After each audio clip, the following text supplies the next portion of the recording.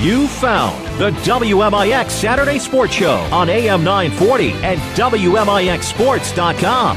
Cared for by Crossroads Community Hospital. The Saturday Sports Show has been recognized by the Illinois Broadcasters Association as one of the top radio programs in the state. That means the very best mix of local sports content is right here. From the powerhouse on Broadway, the Saturday Sports Show starts now.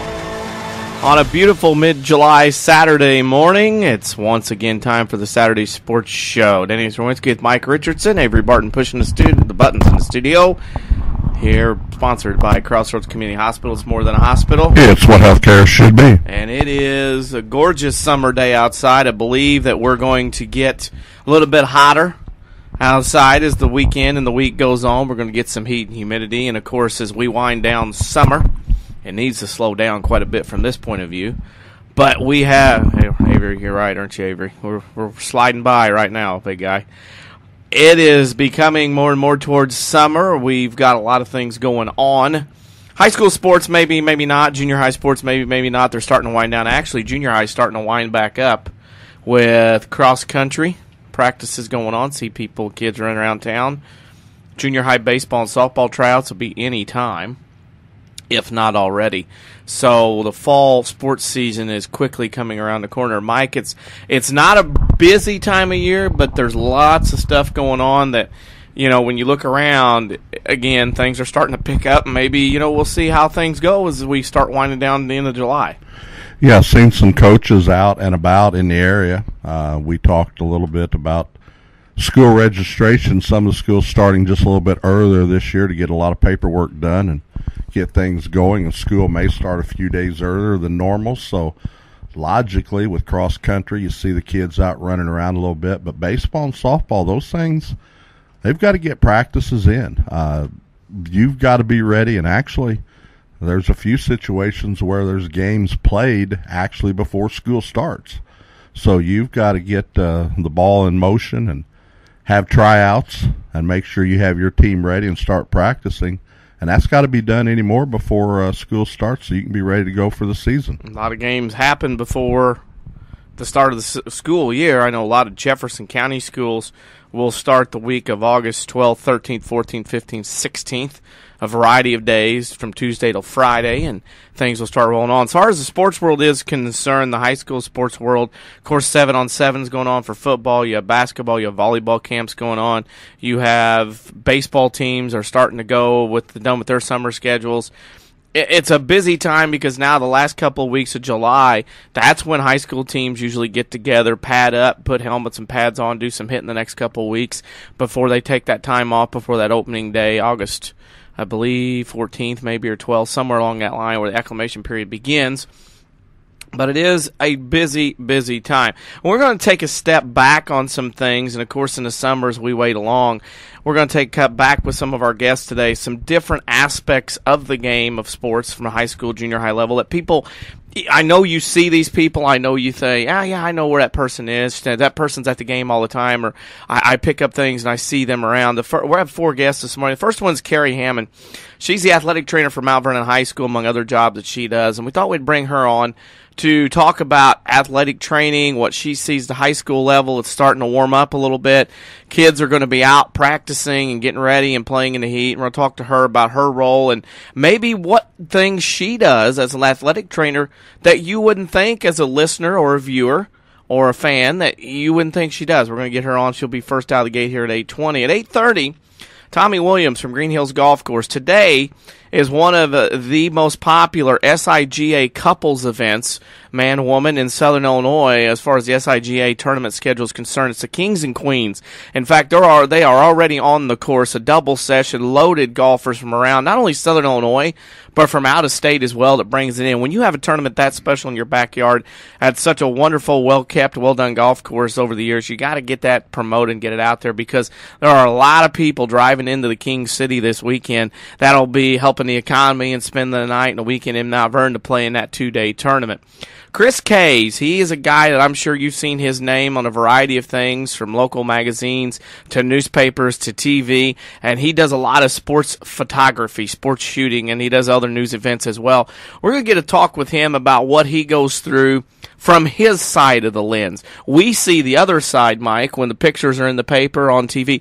We're going to talk to him about his side, what he sees, what he works with, what he does as far as the other side of the lens. That's something people take for granted when you pick up a paper or look on the internet. There's those pictures, they're there, but the other side of the lens, the guys and gals who hold that camera. They've got to be right amongst it. There's no doubt about it. You see them on the sideline. You see them in the front row of the bleachers. You try to find a place to sit and stay out of everybody's way. You've got cheerleaders to contend with. But those guys do an amazing job in getting the pictures that, you're right, well, we do take for granted. And, boy, I tell you what, when you get the money shot, as they call it, it's awesome to see that in print because you see it live. Yep. But the only way you can bring that memory back if you see that same picture and it's like, hey, I was there and I saw that same thing. So, yeah, it's pretty nice to get the perspective on their ends. He also was in charge of an officials association. We'll talk a little bit about that with him and maybe some Illinois High School Sports.com stuff. A big weekend for that website is they, Chris Hugo, Chris Kays, amongst others, will pick some winners of some scholarships. We'll touch on that. We'll have more talk about that next week as well. And our final guest will be Mike McManus, sports editor of the Sentinel newspaper in Mount Vernon, Centralia.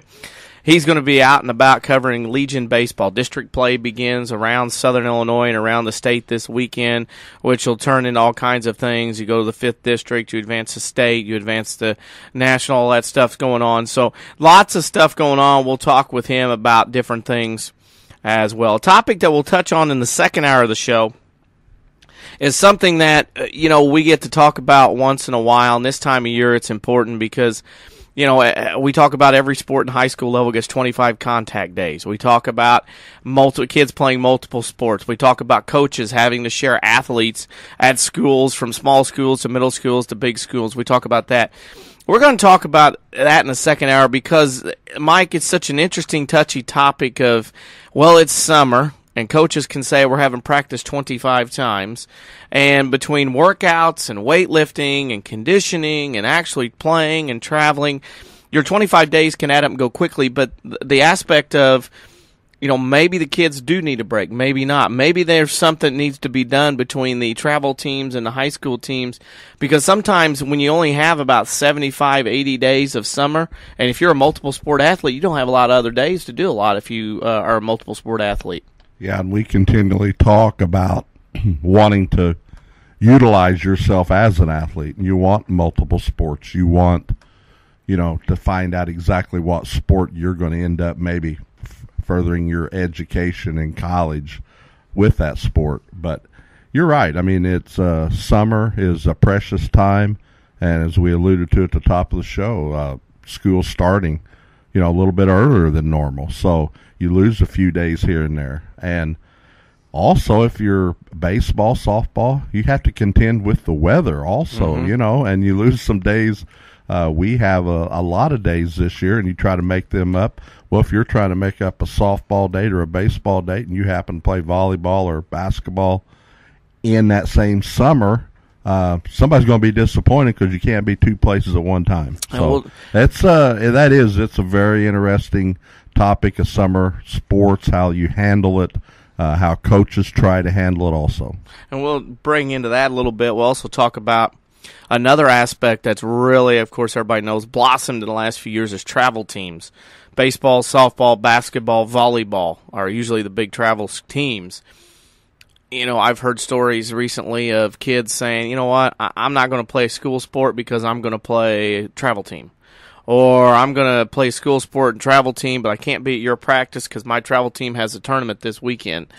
That gray line, we're going to talk about it because sometimes, especially at the high school level, when kids start to individualize and they start to worry about one sport all the time to try to make it, school team sports take a beating because of that, because kids are using that excuse of, well, I got one sport to concentrate on or whatever else. We'll talk about that.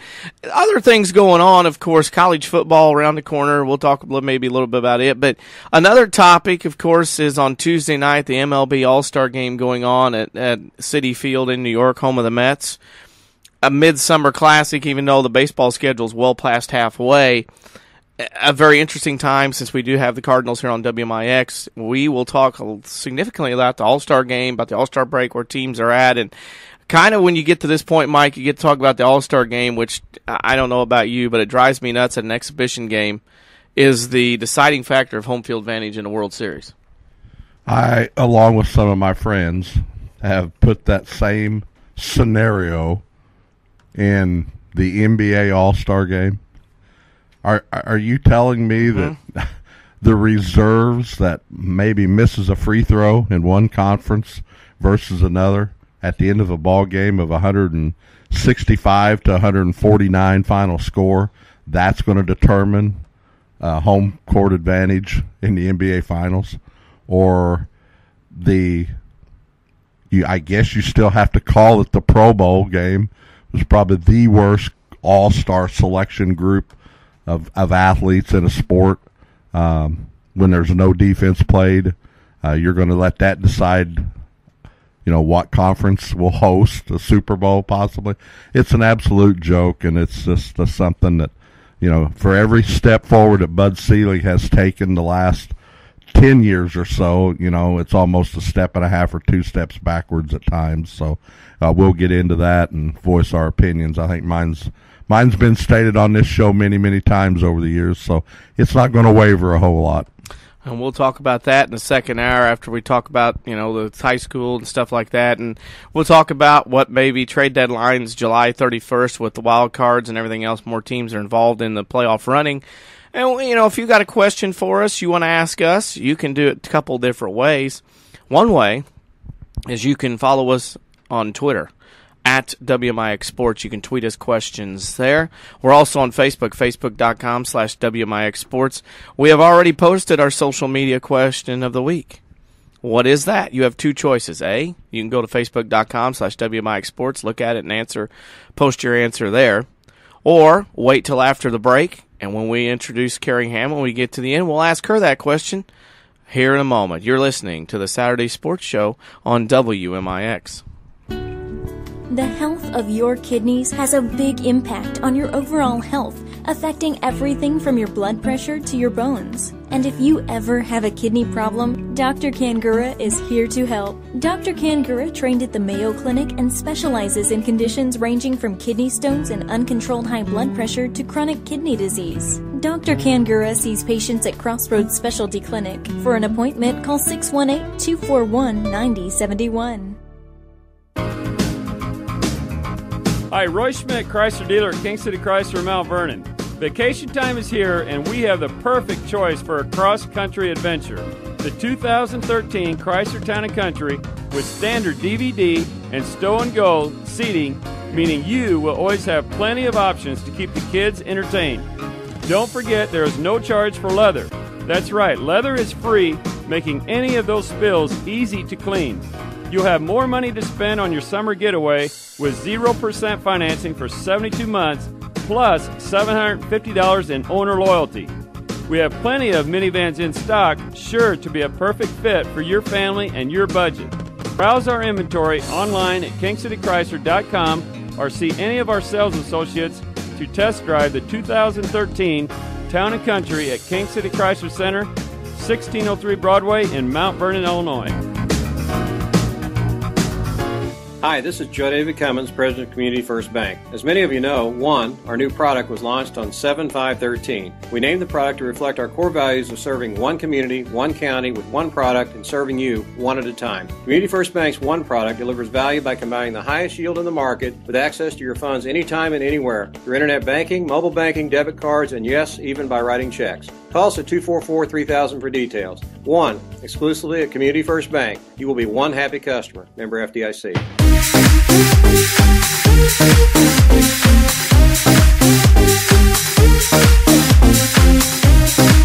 Danny Zawinski with Mike Richardson, Avery Barton pushing the buttons, Chris Hugo away on assignment here on the Saturday Sports Show, brought to you by Crossroads Community Hospital. It's more than a hospital. It's what healthcare should be. Everybody's been to a high school sporting event, especially Mount Vernon has seen our next guest around on the sidelines and in the facilities, watching and helping and doing things with the athletes at Mount Vernon Township High School. Joining us now is the athletic trainer at Mount Vernon High School, Carrie Hammond. Carrie, how are you this morning? I'm great. Thanks for having me. Hey, Kara, I know everybody knows you at Mount Vernon Township High School as the athletic trainer. What actually, let's get more introduced to our listeners, what actually is your, I guess would say, real job in the world, not at Mount Vernon Township High School, but your everyday job? Sure. Well, I'm actually the Director of Sports Medicine at the Orthopedic Center of Southern Illinois, located in Mount Vernon. We contract out to the high school to provide sports medicine and athletic training services. So in essence, I am full-time at the high school as their athletic trainer, but I'm employed by the Orthopedic Center. And you do, as we mentioned, we see each other actually quite a bit. I mean, it's like I was thinking about having you on the show. I'm like, man, I haven't seen Carrie Hammond since June and Joliet, but because it's kind of odd because we see each other all the time doing things, as do the fans see you down there. When you're with Mount Vernon, what are your roles and duties with Mount Vernon Athletics? Well, athletic training kind of compromises 5 areas of roles and responsibilities. The first is prevention, and this actually can be seen right now. We're doing football camp and practices, and one of my roles is to make sure the helmets fit correctly, so we don't, have injuries later on in the season. So prevention is probably the biggest one. If we can prevent any type of injury from happening, that saves us a lot of trouble in later runs. And you also go ahead. I'm sorry.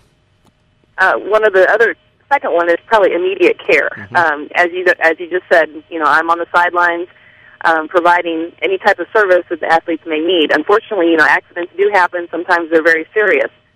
So providing support for if an athlete has a broken bone, a fracture, any type of bleeding or wound, anything into the very serious where an athlete may have a heart condition, anything like concussions. So basically initiating the EMS response, calling 911, providing those immediate care services. Hopefully we don't have any life or death situations, but we have had those in the past, and we have to be prepared for those. Next is injury assessment. If an athlete does have an injury, we kind of have to figure out what structures are injured, how bad is the severity of the injury, and what we need to do for that athlete. Do we need to call an ambulance? Do we need to just refer to a doctor? Is it something that we can kind of take care of at the high school? So we need to make that assessment and go from there. Next is rehabilitation and treatment. Once we know what the injury is, we need to be able to treat it, whether it's through physical therapy, through modalities, through strength training. We just need to be able to know where we're going to go with that injury and how we're going to make it better for the athlete. My last role at the high school is it's called professionalism through our organization, and it basically describes the fact that what I'm doing right now, creating awareness for athletic training. I do a lot of in-services and career fair days with the area high schools and talk about the profession of athletic training, just creating awareness and educating the population about my role. Professionalism also encompasses the fact that we are a medical profession. We adhere to all the strict guidelines that doctors and nurses and those people do. We work with them on a daily basis. So just creating that relationship between the athlete or the patient and the doctor, kind of bridging that gap, basically so the patient has a better experience. Athletic training and fitness have come such a long way over the years. In your time as an athletic trainer, what's one thing that's really stood out in your mind that has changed considerably since you've taken on this career? Well, when I started 15 years ago, the outlook for athletic training was more about, keeping the kids on the field. It wasn't, I want to say that it wasn't about the athlete's health, but it was more about, wins and losses, mm-hmm. and keeping the athletes on the field. With everything that's happened in the past 15 years as far as heat-related illnesses, concussions, overuse, stress fracture injuries, the more research that has been done, we have really become an advocate for athletes' health. And I'm not saying that wasn't the importance 15 years ago, but it seems like with Corey Stringer, NFL player that died of heat-related illness, when that happens, everybody kind of stands up and takes notice and says, heat-related illnesses are real. They are dangerous, and maybe we need to pay attention a little more. Same thing with lightning. I remember 15 years ago, and I would tell coaches, hey, we have lightning in the area. We need to get off the field. And they'd say, oh, maybe just 10 more minutes. It's not very far away. Well, and unfortunately, we had a lightning strike in Carbondale of maybe 5 or 6 years ago. And now coaches, when I tell them to get off the field, they get off the field. So I think over the past years, it's become more about the athlete's health and safety, and that's really what it's supposed to be about anyway. Now, granted, we still want those wins in the win-loss column, but we don't want to sacrifice the athlete's health and safety for those wins. You mentioned that, your job is, you besides, wrapping ankles and taking care of injuries, you also do the lightning stuff and everything else. You mentioned Corey Stringer and the heat exhaustion and everything. Has the macho been taken out of sports where it used to be, oh, you're not hurt, you're just injured, go back in. I know your head hurts, go back in. It's 110 degrees, but we're going to go 3 times a day, very little water. Has that macho been taken out of athletics for the most part, if at all, because of all the situations that have happened over the years? Somewhat. I will say that there's been a lot of policies introduced either by the National Federation of High School Association, which the IHSA follows, and my organization, the National Athletic Trainers Association. There's been lots of policies that have been created regarding lightning and heat exhaustion and even like MRSA and things like that because, of the things that we talked about earlier being addressed, the deaths and the long-term type consequences that can come from those things. So policies have been handed down, and I think coaches are more aware and educated about why we're doing those things. That being said, I think sports will always be sports. There'll always be a mentality of that toughness, and that's part of my job too. Is this a real injury, or is the kid just sore, or just hurting, or does he not really want to play? So I always tell kids, my job is to find out is this a boo-boo, or is this an actual injury? Because no one plays sports and feels 100% good. Right. Everybody has aches and pains and bruises and that kind of thing. But that's my job to kind of figure out if it's something that's going to be debilitating, or if it's something that athlete needs to be out for healing properties, or if it's something they just need to push through. So, yeah, a lot of the policies have been brought down, and I think are great. They needed to be. But there is still, some macho-ness in sports, and there always will be. Over the next few weeks, junior high and high school kids, college kids as well, pros, but mainly our subject matter we talk about is high school kids and junior high. Over the next few weeks, summer's going to start heating up. It looks like it's going to be hot and humid next week, and we're actually going to have summer now. If what would be your recommendation and advice to parents and coaches to talk with their players over the next few weeks about the heat, humidity, and being prepared? Because, a lot of times kids roll out and they start drinking a bunch of water the day of practice or whatever when it's hot. What would you recommend to athletes over the next few weeks to get their bodies ready to be outside in this heat? Well, one of those policies that the IHSA has brought down is about heat and football practice, and they've come up with an acclimatization program. So coaches actually can't have those 4-day practices or 6-hour practices. They actually can't have them right now, which is a good thing. But as far as preparing, I always tell kids, you're going to be in football in the summer. Get out, do your running. Get acclimatized to the summer. Please don't let it be your first day of running whenever you show up at football campus, because that's not ever going to work out for you. You want to be properly hydrated, and not, like you said, not just the day of. So making sure you're drinking, every single day a week before you start practicing. And the other thing is cramping. We always have a lot of cramping because they're sweating so much and losing all those electrolytes. Bananas, potassium, potatoes, things like that would help the cramping. And a lot of it's just common sense. For the coaches, when it's really hot and humid outside, I tell them to take off their pads because what happens is the sweat from their shirt and their pads will not let the sweat evaporate off their body, and that's the body's cooling mechanism. So if they just take off their pads they're actually able to release some of that sweat. So whenever it gets really hot and humid, you'll see us just running around in helmets and no pads, or even just doing chalk talk if it's really, really, really, really hot. Maybe just chalk talk in the shade, or we'll do maybe 15 minutes in the sun and then 15 minutes in the shade.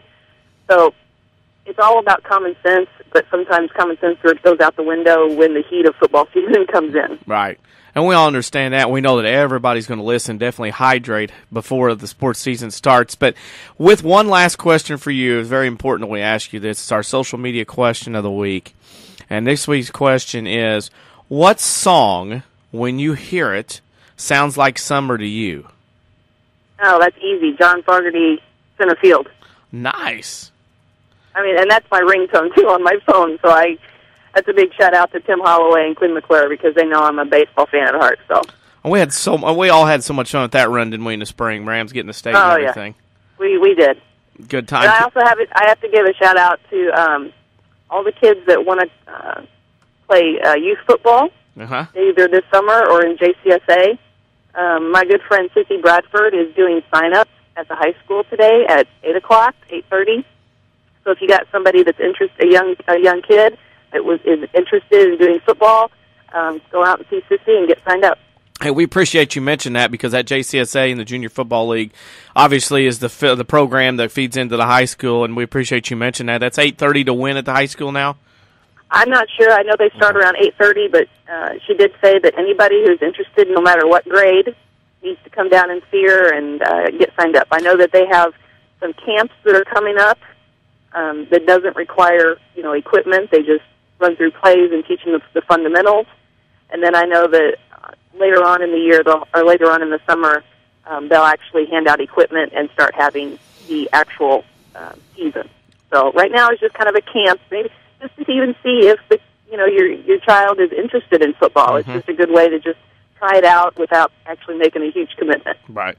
Carrie, we appreciate you joining us this morning. We know you're enjoying your summer. You're busy like we are, of course, with sports, and, of course, we'll see you starting with volleyball and football in the fall. Thanks for coming on Saturday Sports Show this morning, talking a little athletic training with us.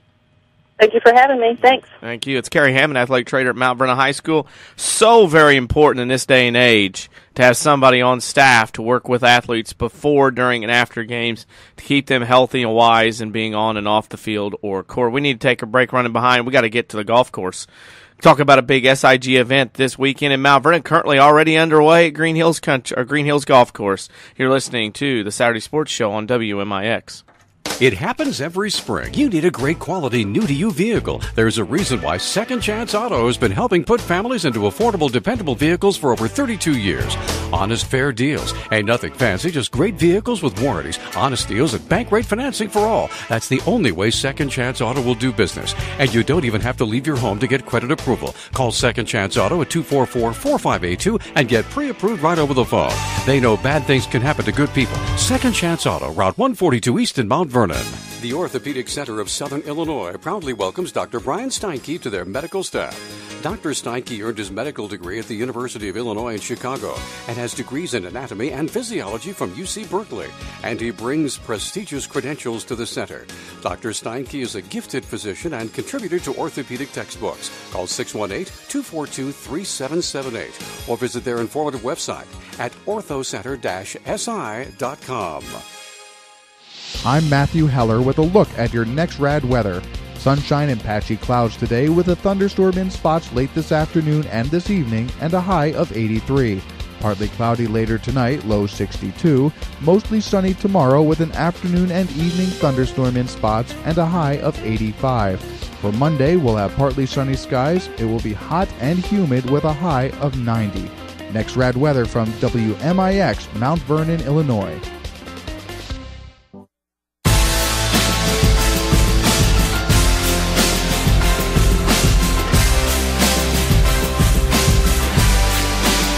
Saturday Sports Show brought to you by Crossroads Community Hospital. It's more than a hospital. It's what healthcare should be. That's Mike Richardson. I'm Denny Zerwinski. Avery Barton in studio pushing the buttons. Joining us now from the Green Hills Golf Course. And once again, a guest here on the Saturday Sports Show, Tommy Williams. Tommy, you got to be pretty busy this morning with everything going on at Green Hills this weekend, don't you? Yes, it's one of the busiest weekends of the year. We We've got the Kings and Queens golf tournament, which are couples, 2-day event, and we've got people from all the way over St. Louis to Evansville and Paducah to probably Effingham that are in for this tournament. It's a good thing for the community and a good thing for Green Hills. You've basically said everything I said in the opening of the show, because I was out there yesterday at the golf course for another event. Let me say this. Your staff has an immaculate golf course going on right now, and that's every year at Green Hills, because, I mean, I know the weather and the rain's been good, but what a great golf course that everybody gets to play on. I mean, it is in phenomenal shape for this weekend. Well, thank you. Chris Ashby and his staff just do a great job. Couldn't be any prouder of them. The Kings and Queens tournament, I mean, it's almost famous for everything that goes on in that tournament. How did it get the name Kings and Queens? I've always been wondering about that. Well, it just gives you an idea of a male and a female. There's the goose and the gander. I mean, there's just all kinds of names of different tournaments have used through the year. It basically denotes it's a husband-wife or boyfriend-girlfriend or parent-child deal where you play 2 days of golf and you scramble both days, and it's flighted, so no matter what you shoot the first day, the second day, you're in the hunt within your own flight, and then they get a practice round during the week, and then there's breakfast served both mornings, just small rolls and stuff like that. And then we do a real nice dinner and awards deal on tonight. We serve 150 to 200 people a nice steak dinner, and we crown a king and a queen for the week. It's a cool little thing. And how long has this tournament been going on? I think my daughter told me this is the 28th year, and we've been there. This is my 19th year. Wow. So it started 8 or 9 years before we took over, and it's continued ever since. It's continued ever since. And you mentioned this, the SIGA, we like to promote that as well in a tournament like this. There's a lot of players that will give up individual tournaments to come into this one because it kind of gives them a new experience where you, instead of playing the individual in golf, you get to play with a partner for a couple of days. It kind of gives these SIGA pros, I would say pros, they're really good, a chance to play something different in a big tournament like this. It does. It's a fun weekend. We have very, very good golfers, and then we have some higher handicapped golfers. But everybody seems to really enjoy themselves. And it's an enjoyable time with this tournament. And I think a lot of people when they get into tournaments, they want to see something get back to them, whether it's a good golf course, whether it's good golf or prizes or whatnot. And I think that's the key here that you mentioned. It's not just a Mount Vernon thing or a Jefferson County thing. There's people and players coming from all over Southern Illinois and out of state because of the tournament and the golf course here, and that helps everybody out here in the local area and the economy as well. Yes, it does. There's a lot of people come in, spend the weekend, stay at the hotels, and eat at the restaurants. So it does help the community as well. Good golf this weekend. Can the public come out and check the players out as far as playing golf and watch? Sure they can. We normally this weekend don't have as much of that. We do, tomorrow in championship grouping, there'll be people go out and follow the leaders. And then, of course, next weekend, the SIGA, there'll be a lot of people coming out to follow that tournament. And I'm glad you brought that up because I knew that was coming up next weekend. Tell our listeners what's going on next weekend at Green Hills. Well, it's the Southern Illinois Golf Association. They have their annual tournament every year, just like the U.S. Open or the British Open or whatever. And it's just called the SIGA Open. And about every third or fourth year, we host the event. It's been going on for roughly, I'm going to say, 75 years. It brings the best players in the men and the women and the seniors. And the junior division, it's the number one. That's the one tournament, if you want to win one, that's the one you want to win. All right, that's the one with the biggest tournament. Right, and that's your Southern Illinois. And your club, Tom Portner, who won, I believe, the Green Hills Amateur back about a month ago, beating, oh my gosh, Matthew Williams in an exciting last hole playoff. Of course, two Mount Vernon guys. You got Sabrina Wheatley there as well on the women's side. You're going to see the best of the best, not only in the SIGA, but you're going to see some college guys and gals come out and play in this too. You got an opportunity next weekend in Mount Vernon to see some really good golfers. Yes, you're right. Especially when you point out the college, they will all be here also. It's a big event. You have the best of the best, and you can really see some really good golf next weekend out at Green Hills. I think Percy Pipe's going to come in, and he's the honorary chairman. I think he's going to hit a ball on number one to start the tournament. So it's going to be a really nice deal. Well, that's a cool we deal. encourage anybody to come out and The golf course is in great shape right now. If anybody'd like to come out and play, I don't know that it's ever been in better shape than it is. So if they'd like to take advantage of it, now would be a great time. Well, I know you're busy and you got and stuff going on and got to run this tournament the next 2 days, so we don't want to keep you any longer. We do want to ask you one final question. It's our sports social media question of the week. And this week's question is, what song, when you hear it, sounds like summer to you? The Beach Boys. Can't remember the name of it, but California. Okay. I mean, that's as everybody's going to have an idea because it seems like you know, whether it's golf or sports or otherwise, something comes on the radio, know it together. Definitely the Beach Boys in the summer, isn't it? Yeah.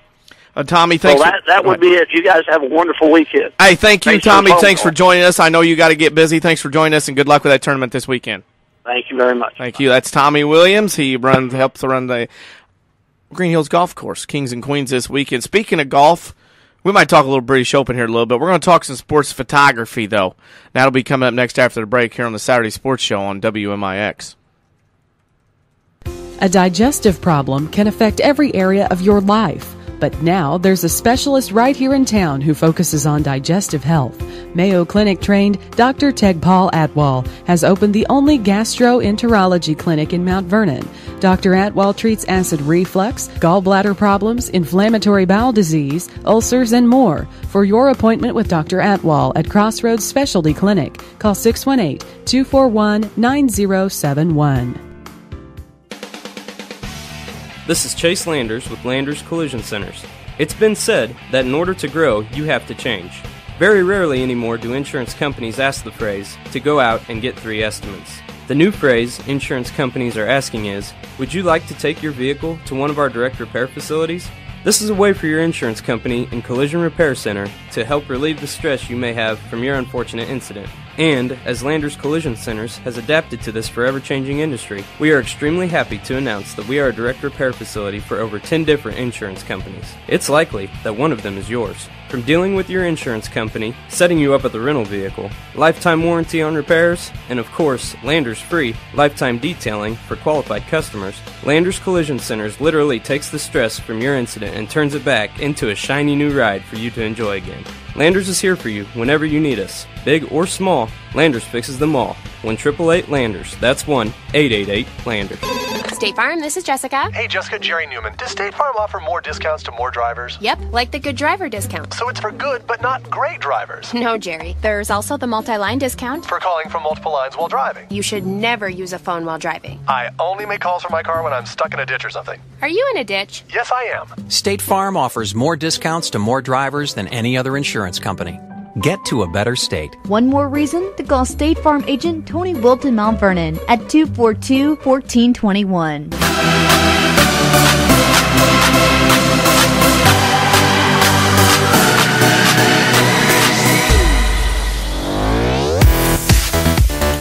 Saturday Sports Show brought to you by Crossroads Community Hospital. It's more than a hospital.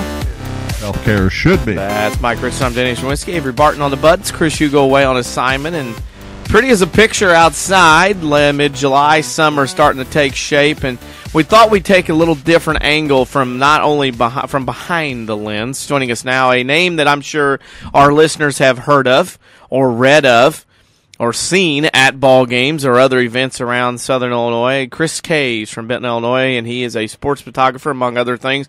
Chris, how are you this morning at this early hour?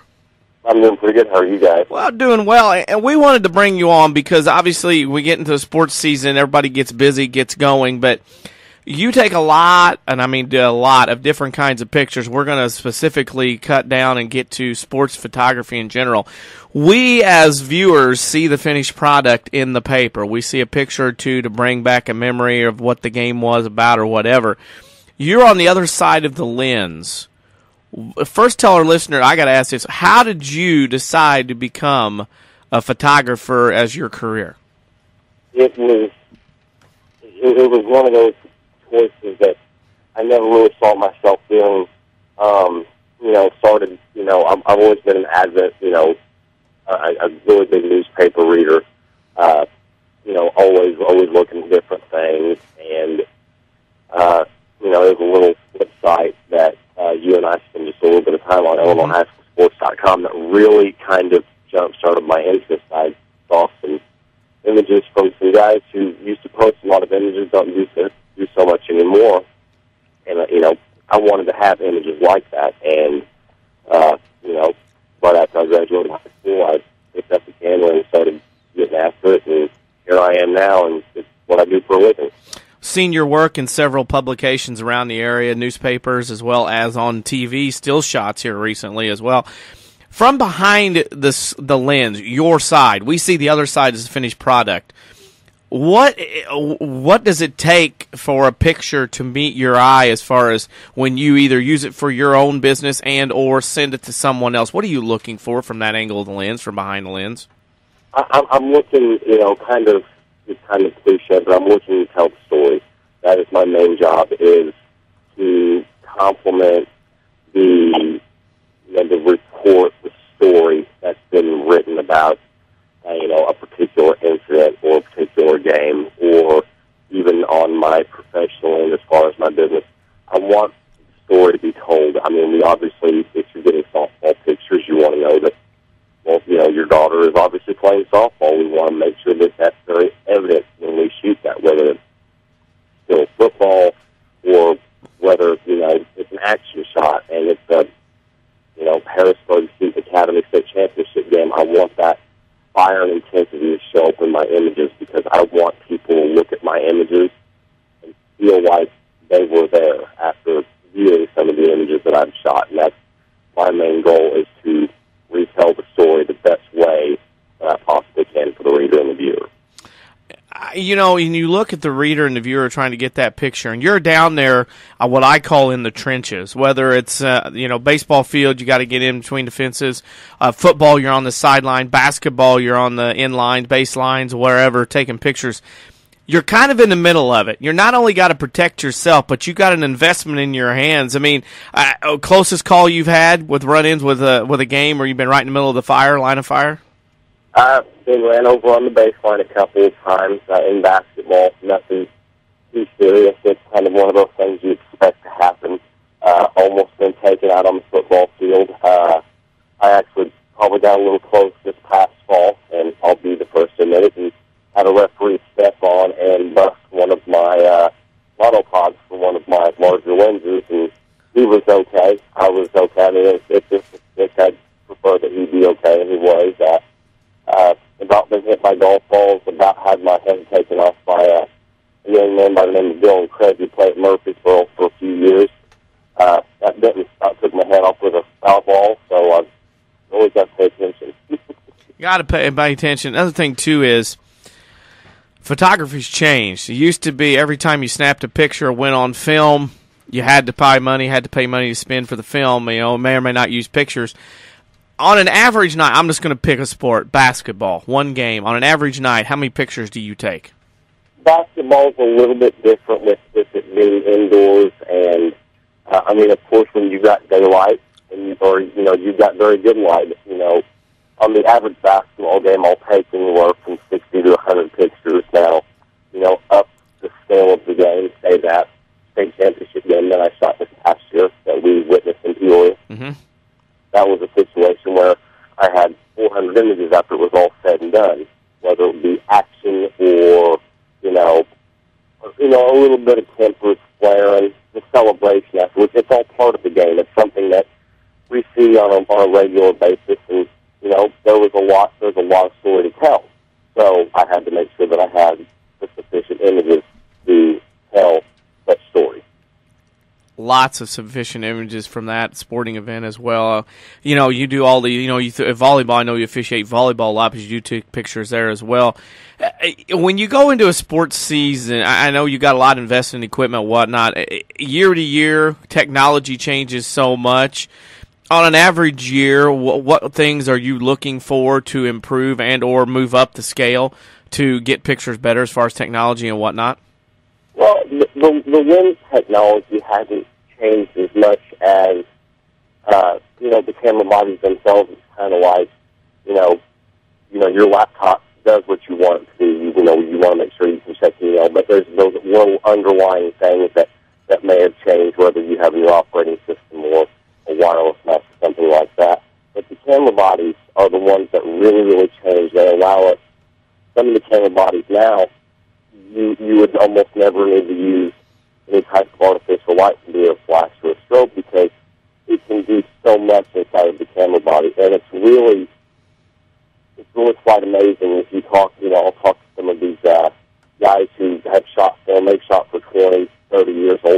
longer than I've been around and alive.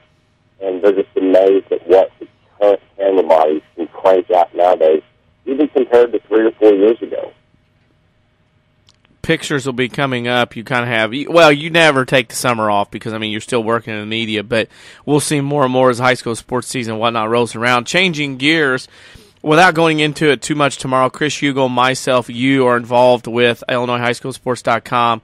Tomorrow, pretty big day for us as we get together and pick scholarships for deserving student athletes. That's a pretty big day on our calendar, a big job and a big task that we all get to be a part of tomorrow.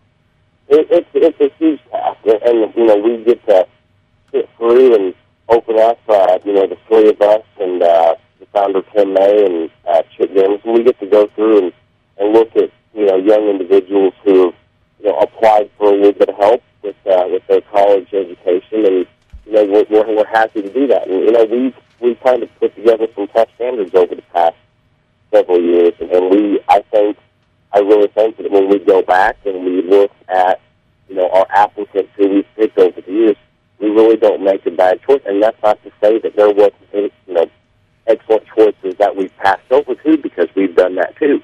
It's just, it gets to be so hard. We look at a couple and we're like, we love this, we love that. What could we change? It's kind of amazing. I'm glad that, we don't have to go through 100 or 150 applications, because it might take several days to be able to get through all of those. Mm-hmm. We'll do that, of course, tomorrow in an undisclosed location in the capital city of Illinois. But next week we're going to have Tim May on to talk about that process, what went on, and, of course, we'll announce the winners probably on the website, and then, of course, next week here on Saturday Sports Show. One last topic before we let you go. You, like I, golf fans, golf players, play all the time. The Open Championship will begin this week in Muirfield, and, of course, everybody tries to play, tries to practice over there, and tries to get ready, but it is the Open. It is weather-controlled. I mean, back to Muirfield again, like Faldo, Nicholas Player, Els have all won there. This has got some interesting, sidebars to this. Adam Scott gave one away last year. Tiger's in a drought. Ernie's playing pretty good golf right now. I mean, it's going to be so interesting. Are we sitting back and waiting, like me, waiting for the weather to roll in to make this the British Open? That's almost always the Open Championship is what type of weather we're going to get to see. It's a links course. You and I both know what links courses can do to people, but they don't get that. We don't get to see that on a regular basis. Anywhere really in the United States, let alone you can say Southern Illinois on true links course. Muirfield will find a way to rear its teeth one way or the other. It's had a way of crowning very, very good champions and very good Open champions at that. Ernest Faldo's got 2 Claret Judson there. Ernie Els survived. It's really, it's been a Grand Slam killer. It killed Nicholas's attempt, and it also killed Tiger's attempt back in 2002. He was in great contention, and then meets Gale Force wins and torrential rains and fires in 81 and makes us all look, a lot more normal, and then comes back with a 65 on Sunday. It's an interesting thing, and it's always interesting to see who comes out. We get to see some different names because there's a lot of international flavor as far as the Japan golf tour over Asia. You have a lot of Europeans that we normally don't see in the States a whole lot. But it always kind of has a way of sticking through and finding, champion golfer of the year, so to say. Another thing that I think people forget is there are a lot of American golfers that maybe aren't on the PGA Tour that are over in Europe right now honing their craft, getting better, that we'll see come out of nowhere next week. And we're like, where'd these guys come from? But the other thing, too, is of the 4 majors, this is the one where I think, and I don't know if you agree or disagree, this is the one where if somebody's lurking in the shadows, you don't hear about them to about the 70th hole, kind of like an Ernie Els and stuff like that. This is your tournament where you can wait and see if someone can throw one away in order to get one, like Ernie Els backdoored last year. This is one of those where it could come down last 2 or 3 holes if somebody wants to throw one away. It's almost unlike the Masters and the PGA Championship. that it's a lot like the U.S. Open. Well, in a way, I mean, let's face it, the U.S. Open is survive 72 holes. You don't go out and play 72. You go out and try to survive. And that's what it's been the last several years. We've seen Phil Mickelson as a runner-up 6 times. Mm-hmm. And I'm not the biggest Phil fan, but it gets to be very painful to watch him, miss these and not win a championship that he so badly wants to win. The Open is one of those things where, especially these European players, they get a little shaky going down the stretch because, every American really wants to win that U.S. Open. That's our national championship. This is their championship. They want to hoist the claret jug. And on some of the most storied courses in the world, they want to be able to hoist it. And, you look at Ernie Els last year. Ernie Els had no chance going into Sunday last year. And he ends up hoisting the claret jug. The last major he had won was at Muirfield in 2002. Mm-hmm. He hoisted it. He survived, and he putted out of this world on Sunday to get himself in contention. He got a little help from Mr. Scott as well. But it's really different to see what goes through, and even the style. That's why the John Deere has such a hard time attracting a good field. They're pinned in, the week before the Open, and how can you play a traditional American course like TPC Deerland, tight tree line, deep rough, and then you go to a place like Muirfield where it's wide open, and you've got FU and things of that nature, but it's two completely different styles of golf that lead to the net. And people forget, Silvis this weekend is the PGA event, the John Deere Classic. One of the things that's cool is that Silvis is the winner of that tournament gets a free jet ride to the British Open, because if you win, that's the last chance for somebody to cash a ticket and you fly from Silvis to there.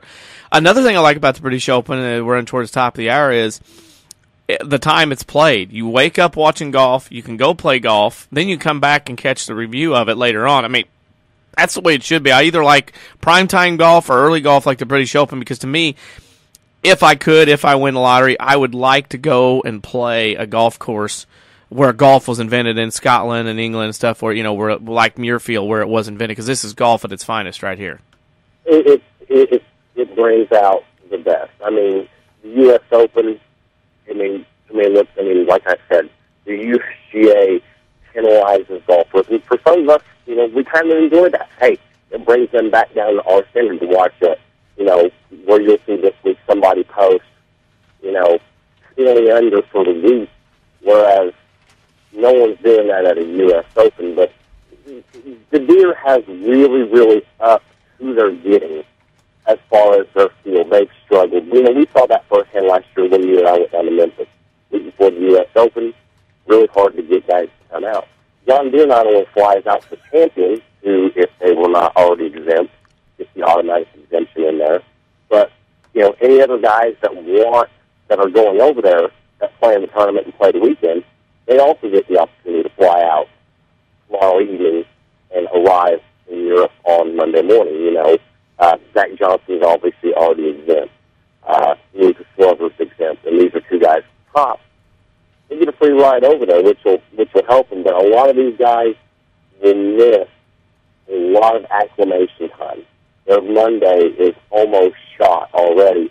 That gives you Tuesday and Wednesday to prepare for a course that some of these guys, Zach Johnson and Lucas Glover weren't on tour the last time this was being played at Muirfield. So this is a course they've never seen before, and they're going to have to be ready if they want to hoist the gold medal in the claret jug come next Sunday early morning for us. Well, final question. We know you already got a busy day on the links or whatnot, and we'll see each other tomorrow on the trip to Springfield. Final question is our sports social media question of the week. This week's question: what song, when you hear it, sounds like summer to you? Oh, wow! That's not sure if Journey has a song.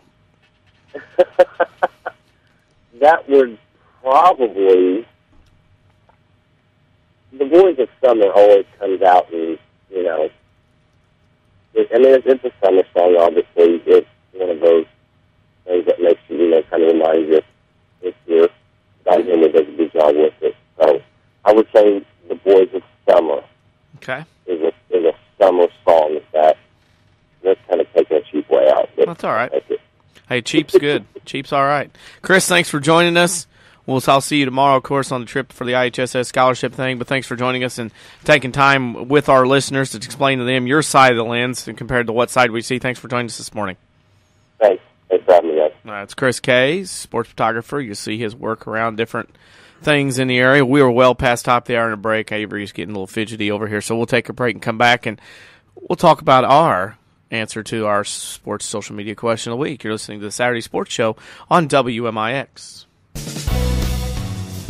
The Saturday Sports Show lives here. AM 940 WMIX Mount Vernon. A free service from Withers Broadcasting. Learn to live healthy, learn to live well, and learn how you can live free from unexpected medical expense with a major medical expense policy from Pekin Insurance and the Page Agency. Health insurance that covers hospital, medical, and surgical expenses offers a wide choice of deductibles and a non-tobacco user discount, too. Rising medical costs don't have to be a problem with a major medical expense policy from Pekin Insurance. This is coverage we hope you'll never need, but you just can't be without. Call the Page Agency at 242-7000 about a major medical health insurance plan today. What does technology sound like?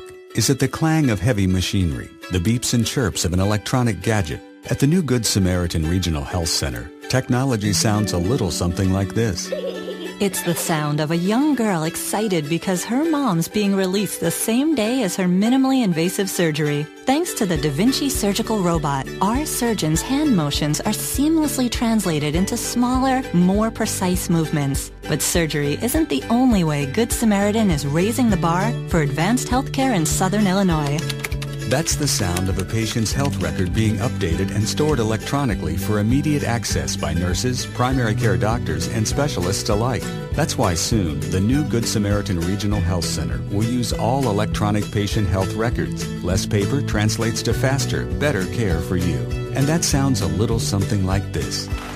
The new Good Samaritan Regional Health Center, raising a hospital, raising the bar. Southern Illinois now has a better home for sports. It's the all-new WMIXSports.com. Jam-packed with local scores, video highlights, and archives of every local sports broadcast on WMIX. Did your team win? Missed that game-winning shot last night? Didn't catch your favorite coach on the Saturday Sports Show? WMIXSports.com is right at your fingertips. On your computer, your smartphone, your tablet, or your video game console. It's the all-new WMIXSports.com. Another free service from Withers Broadcasting.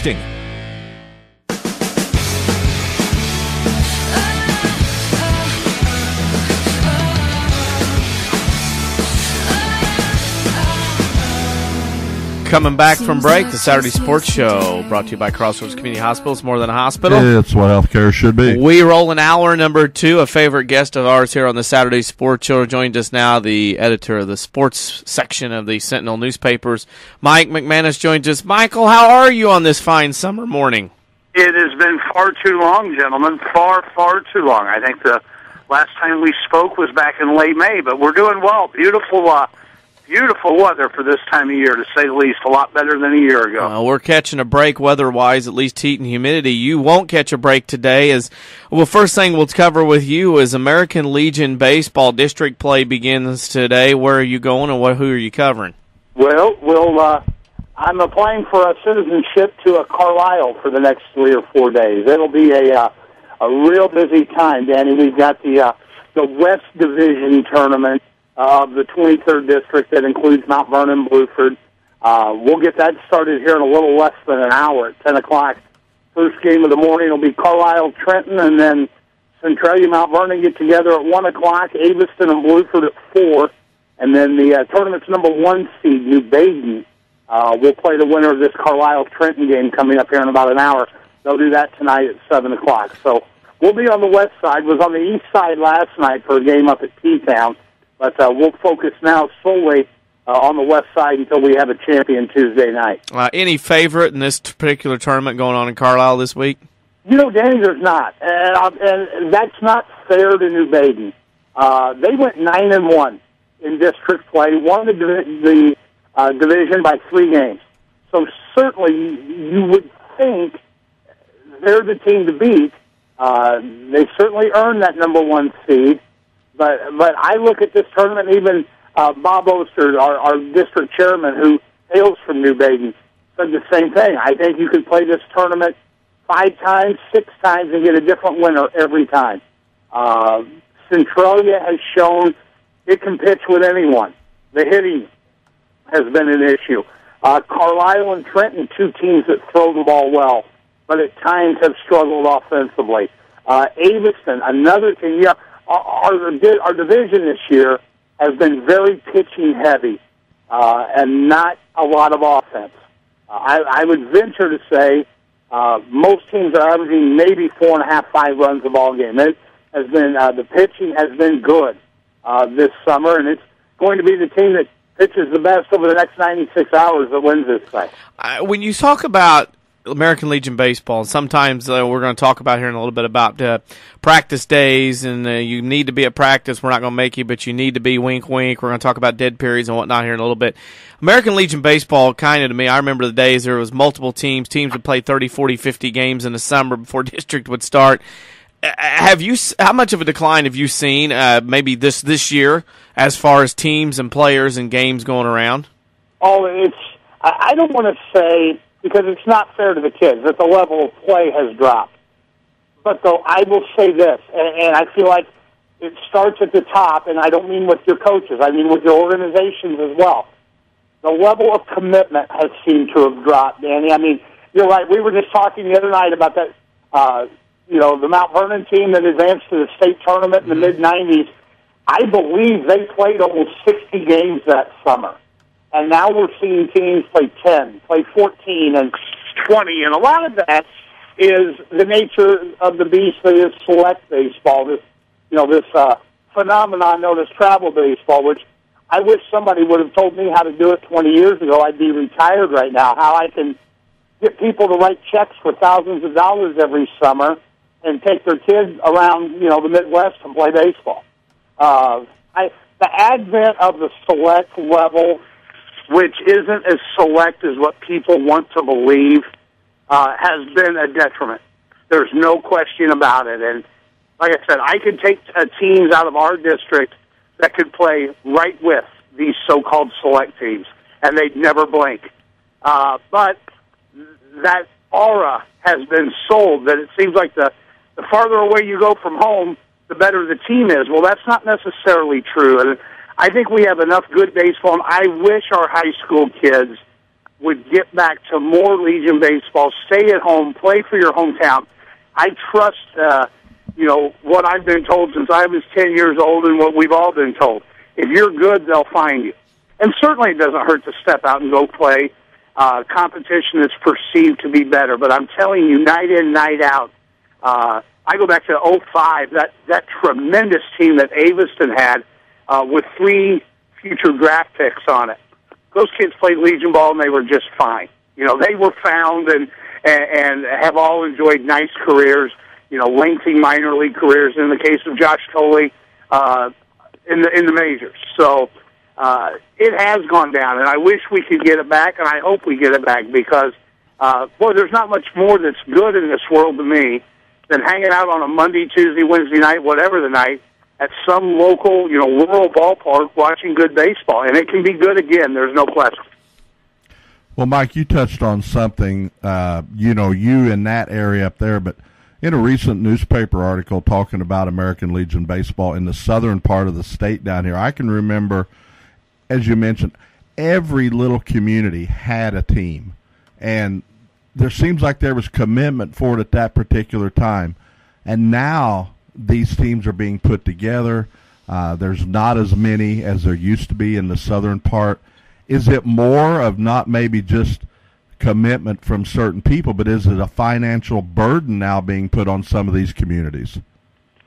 Well, I would agree with that if it wasn't for the fact that select baseball has become so popular. And these programs, and again, I don't want to denigrate what they do either, because there have been some young men from our area that certainly have benefited by, instead of playing for their local team, they go over and play in St. Louis for a summer and The first kid that comes to mind is Bryant Holtman from Breeze Central. We're talking about a kid that nobody had heard of at the national level. He goes over and starts playing for a group out of St. Louis. His velocity jumps from 80 mile an hour to 92, and every major college program in the country begins recruiting him. And so it certainly worked in his case. But as a majority, I just don't see that the bang for the buck is there with select ball. And to be honest, you can't play baseball any cheaper than what it comes at the American Legion level. And again, I just wish we would get back. Well, I can remember when I first started at the paper, we're going back 16, 17 summers ago, all the kids played. And, work, certainly a lot of the young men work during the summer, and it makes it more difficult. But now, and it comes back to the commitment thing that you're talking about, I hear kids say, well, I can't be there tonight, I'm going to the county fair. Or I can't be there tonight because I'm going to a concert. I always built my vacation schedule around when I played baseball. Yes. That's turned. Now we see young men building their baseball schedule around their vacations. And it's just maybe just kids have changed, times have changed. But I see that much more than I ever did growing up. That's one of the things I see. Like you said, in the summer it was, okay, when's our games? Okay, now we can do this one. I can't miss a baseball game period whatsoever. And you mentioned that, and also throw in the fact that, hey, I can't be at this Legion game tonight because I've got a travel game or whatever. We're going to talk about this later too. When you get to like school sports, kids will say, hey, you know what? I can't be at your practice this weekend because I got a travel team tournament in Timbuktu. It's kind of like two necessary evils. You got to have practice, but you got to have travel teams if people think they want to get in. But somewhere along the line, don't these two exact opposites have to meet in the middle and kind of work together because they're actually hurting each other? There's no question. And it's been more detrimental to the Legion side than the so-called select or travel side. For whatever reason, the more expensive option has become more popular, to where some of these kids get left behind playing Legion. And as I've said, I truly believe that Aveston on the right night with Mitchell Langenhorst pitching could go beat one of these select teams out of St. Louis and do it more often than not. I don't know how that perception got sold. But the gentlemen who do run the travel baseball, who do run, let's be honest, how many select teams can there truly be in Southern Illinois? Maybe two. If we're talking premium, top-tier talent, kids that have big school aspirations, 4-year Division I players, how many select players are we truly talking about? It might be less than 10. I'll ask you this. If that's the case, then why not take the less restrictive option financially? But, again, it's kind of the chicken and the egg thing. Yeah, Mount Vernon used to play 50 games, and they had all their kids. Now they don't play as many games, they don't have all their kids. But is it because the kids want to go play more, or is it because the kids just want to go play travel ball and get out of Mount Vernon? It's a cyclical, it's a cycle thing. And I'm not just saying Mount Vernon. It's true everywhere. And it's not only Vandalia's coach last night told me this was their 29th game, and I about fell over because that's as many as anyone has played this summer, anything that I've heard of at least. And it's not only just American Legion, and we're going to get into this more too, but it's other sports as well. And as a coach that has stressed fundamentals forever in a program, I find it amusing to the point of some people thinking just because you play more that makes you better. If you're playing it wrong to begin with, you can play as many games as you want to play and not get better. You just reinforce bad habits. Exactly. Sometimes less is... I can remember, and it's, again, I think it's more coaching philosophy than anything, but I can remember when Coach Moss was here at Centralia, and one summer they played 93 games. And this summer, I think Centralia played 16. It's just a little different in philosophy where Coach Bennett would rather use the 25 days for instruction as opposed to going and playing games. And I think a lot more coaches, we're starting to see a lot more of that, where now that you can get in there, actually roll up your sleeves and coach your kids, that we're seeing more of those contact days being used for instruction than what we are for playing. And thank goodness, it should make our game a lot better come winter. You talk about the select teams at the high school level. I'll ask you this. How many select teams are there in Southern Illinois? And I crack up when I see this. I don't know why, but 8 and under, 9 and under, 10 and under teams. Really? We're going to separate at 7 and 8, 9, 10-year-olds? That's what gets me. Yeah, and Danny, what you're doing is you're basically closing the door on a young man or little girl before their life ever begins, their athletic life ever begins. I can remember some of the kids that I grew up with, that were 8, 9, 10 years old, and they weren't good. But by the time they were 16, they were good. And you wonder, wow, how'd that happen? I've been out playing, these kids have been out playing all over Southern Illinois, and yet this kid has just, played his city league and has made himself a better player. And I think we do get back to that. A, the quality of instruction, and B, the lack of instruction, because there is so much. And I'm not being critical of the men that donate their time to try to make kids better. But you get so caught up in playing games on a nightly basis. I mean, that you play 6, 7, 8 games a week. You get so caught up doing that if you're doing something wrong, as I said earlier, you're just reinforcing the negative. You're not taking 30 minutes to an hour out of your day to try and get better. You're just going up and making the same mistakes over and over again. And I wish we could get rid. To me, I don't believe this select type stuff needs to happen until kids are 13, 14 years old. I think it's crazy that we send kids all over the Midwest at the age of 9 to go play baseball with a pitching machine, or I don't understand that logic. And there are people who swear by it. You'll never be able to explain to me why it makes sense, but there are some out there, obviously, a pretty good majority of folks who believe in it. And believe in it, that will. Of course, the Legion Tournament this week, starting today, starting at 10 at Carlisle. You'll be there if anybody wants to go out and see some good baseball. Final question for you is our social media question of the week. And I know since you're a music guru, you're going to have an answer for this, okay? All right. What song, when you hear it, sounds like summer to you? Oh, wow. Uh-huh. That's a good one. That is what song sounds like summer? When you hear it, it's like, oh, yeah, it's summertime. You know what? I'll tell you what, and it ties into baseball. The song that makes me think of summer as much as anything would be Glory Days from Bruce Springsteen. Mm-hmm. I hear that song, and for whatever reason, I think about the ballpark, So I would, although Springsteen's not my favorite guy, that song, maybe more so than any other, kind of makes me think a lot about summer.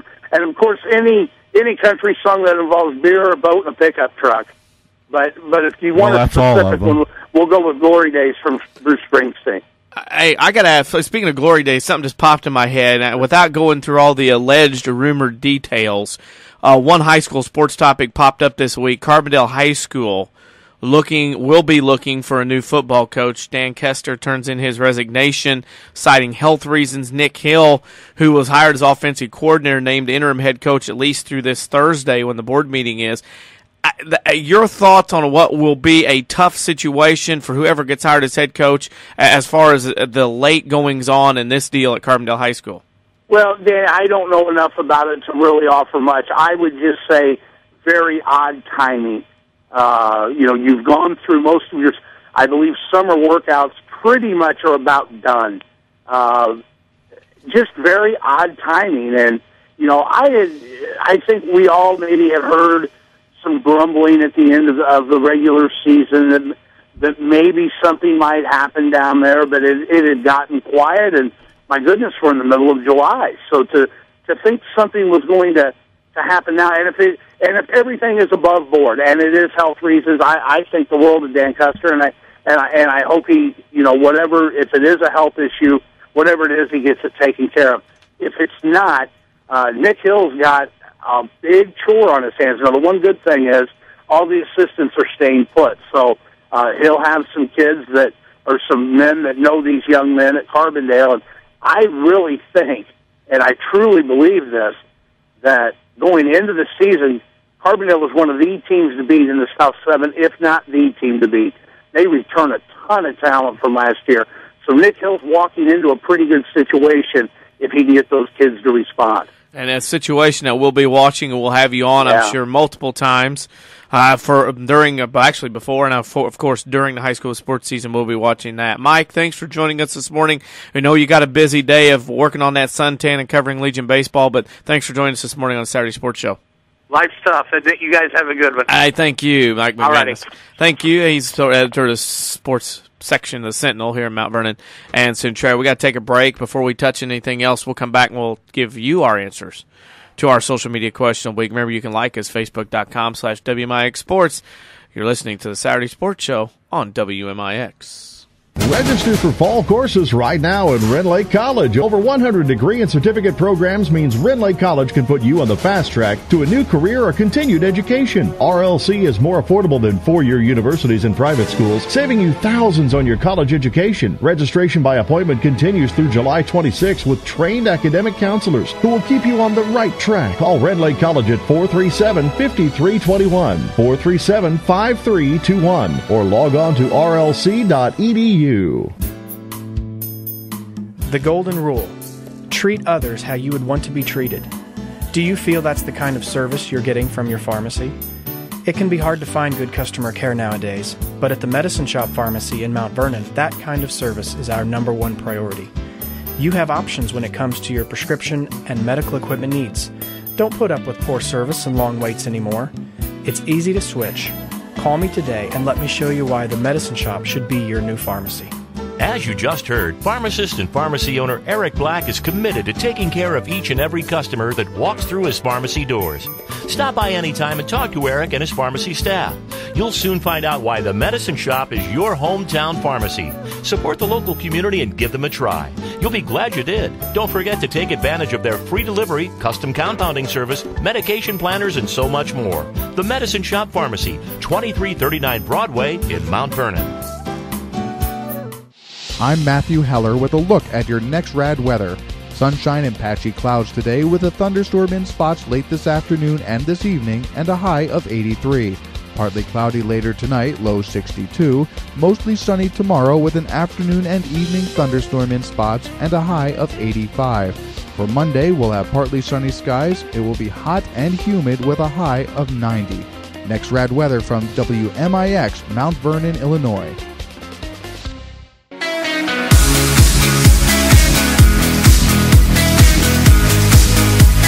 Saturday Sports Show brought to you by Crossroads Community Hospital. It's more than a hospital. There should be. That's Mike Richardson. I'm Denny Zerwinski. Avery Barton in the studio, pushing the buttons. Chris Hugo away on assignment. And as we mentioned, we get ready for our social media question of the week. You can read it and post your answer to that at facebook.com/WMIX Sports. We'll spend this segment talking about our answers to the question, which is, what song, when you hear it, sounds like summer to you? Mike Richardson. Yeah, I know. I've been thinking about that. I definitely have. And I think, I don't know. It's just, there's so many, anything to do with baseball. Naturally, Boys of Summer, a good one for sure. I think it would probably have to be that just because of baseball. I mean, it gets, and Glory Days, McManus said that's a good one. Not, but I guess Boys of Summer probably would be. Avery Barton. I too have been thinking about it for a while, and I can't think of one. Come on. Country music, not so much the sad country music, but the like Southern rock, right. Zach Brown band and stuff. Right. It just kind of has that Southern feel. You got your toes in the water and whatnot, and so I guess really any Southern rock or stuff like that would remind me of summer, but I can't pinpoint a particular song. Just all over, huh? Yeah. Okay. It is whatever you want to hear. Roll the windows down and go after in the summer, right? Oh, yeah, definitely. Cruising around the King City. Yeah. Well, we circled around the area here in the studio. I know it's a pretty day. I can't see it. I have to stand up and do all that. I can't do all that. It is still sunny and everything else outside. Nothing's changed. No. Yeah. Okay, good. Beautiful day. My song, per se, and there are several. I mean, when you hear this, hear that, whatever, is Summertime by Kenny Chesney. Something when I hear that, that's the one that just goes, whoop, here it is. Ballpark, late nights, beaches, whatever. That's the one to me. And you'll hear that quite a bit now. Beer in Mexico is another one. That's a good one also. But Summertime, Kenny Chesney is one for me. And we want to hear from you on our social media. You can go to facebook.com/WMIX Sports. You can answer that question there. Like us there as well, just because you visit the page and see what we got going on or post your answer. Go ahead and like us while you're there as well, facebook.com/WMIX Sports. Also, we're on Twitter. We're getting close to the 900 follower mark at WMIX Sports. So that's on Twitter, at WMIX Sports, for our social media. And we have that question every week. We want to thank our guests for being on the Saturday Sports Show this morning of Kerry Hammond, Tommy Williams, Chris Kays, and Mike McManus. And as we mentioned, I'm talking with Mike McManus. We'll bring this topic up for the next break.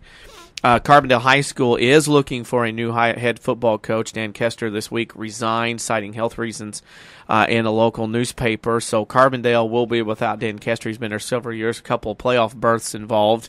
Took the Terriers to the playoffs, got beat by SHG in both times. He will be replaced. I believe their board meeting is this Thursday, and they will probably work to hire a head coach then. Nick Hill, who was hired back in the spring as offensive coordinator, among other things, he is currently the interim head coach to get them through last week and this week of football camp or workouts or whatever. But an interesting situation. We here are not going to go into all the rumor and innuendos of things, but a very difficult time at this late juncture to be hiring a head football coach in what is going on at Carbondale High School. We'll, of course, keep track of that, because the Mount Vernon Rams will play them Week 6 here at J.D. Shields Memorial Stadium in the high school football season coming up. Cruising toward the bottom of the hour, we'll take a break. We'll come back. We're going to talk about the summer as far as high school, junior high sports are concerned. We're going to get into travel teams. We talked about that, and talk about how everything kind of goes together, and if kids have a summer off or not, should there be a dead period where you can't do anything. So we're going to talk all about that after the break. You're listening to the Saturday Sports Show on WMIX. Hi, this is Joe David Cummins, President of Community First Bank. I can't talk about the high interest rate on our new One product because then I have to get into disclosures that are longer than my commercial spot. I will tell you that our new product, One, is simply the highest rate in the market. One way to find out more is to come in to any of our 5 Jefferson County locations and talk to one of us and find out why you should be One. You can talk to one of us by calling 244-3000. Let me say this one more time. One from Community First Bank. You will be one happy customer. Member FDIC. A digestive problem can affect every area of your life. But now there's a specialist right here in town who focuses on digestive health. Mayo Clinic trained Dr. Tegpal Atwal has opened the only gastroenterology clinic in Mount Vernon. Dr. Atwal treats acid reflux, gallbladder problems, inflammatory bowel disease, ulcers, and more. For your appointment with Dr. Atwal at Crossroads Specialty Clinic, call 618-241-9071.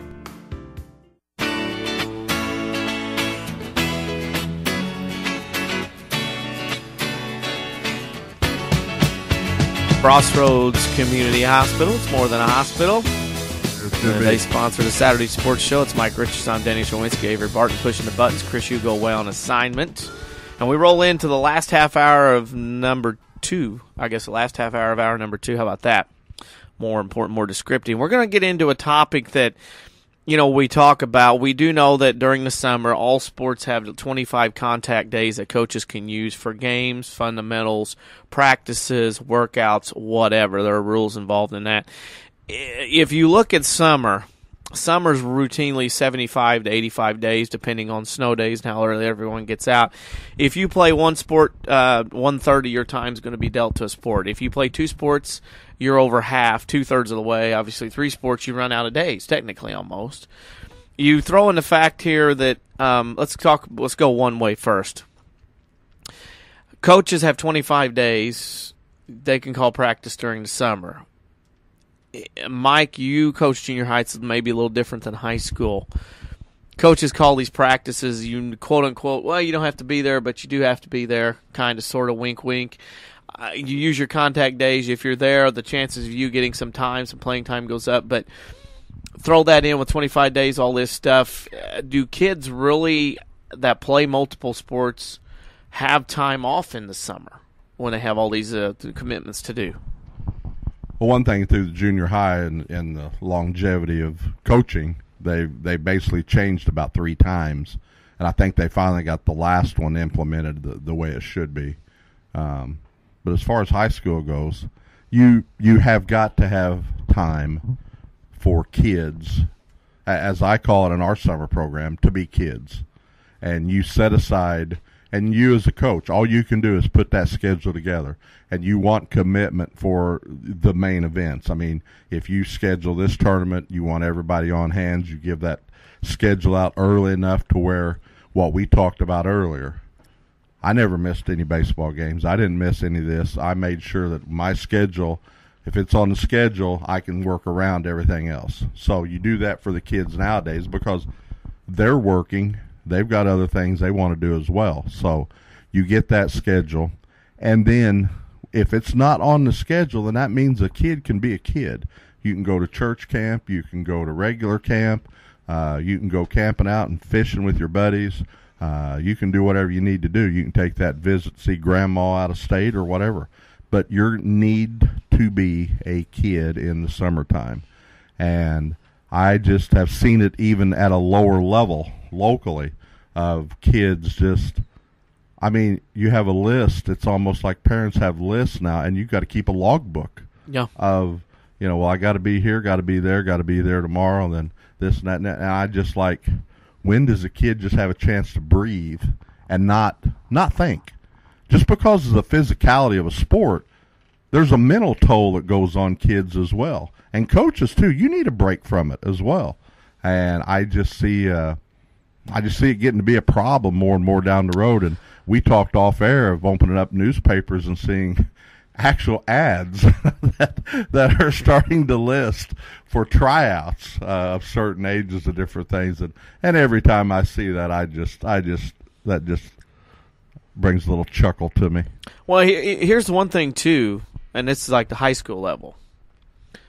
And like Mike McManus said, I know teams that would play 50, 60, 70, 80 basketball games in the summer. They'll, the days of playing in 3-day camps where you get 40 games in 2.5 days are done. It's a lot easier and cheaper to have a team come down or two and play at night in 2 or 3 hours. Mike, and here we've seen both sides of this. We won't say where or who. Everybody's listening, or what I'm talking about. People say, well, you don't have to do that. You don't have to use all your 25 days. Well, if you don't use your 25 days, say, I don't, we're not going to mess with that much in the summer.